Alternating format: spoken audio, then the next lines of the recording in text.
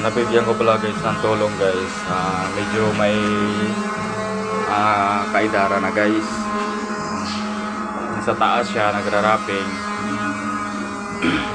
Hindi siya kumakain kahapon. Niyaya sa namin nga kumain, ayaw ya daw kasi kumakain na siya ng alas 10 ng umaga. Kaya sa tanghali, hindi na siya kumakain. Kaya naawa ko guys na tinulungan ko na lang. Binigyan ko na konting tulong para may masaing, may mabaon. Kasi kawawa naman guys. Siya lang kumakayod sa pamilya ya guys. Naawa naman ako sa kanya. Kaya binigyan ko na lang siya. Kasi ako guys maawain ako sa tao guys.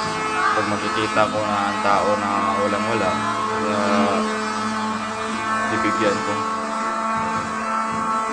Kaya guys, share and like lang sa video na to at sa YouTube, paki-subscribe guys para madaming matulungan natin guys. Salamat guys.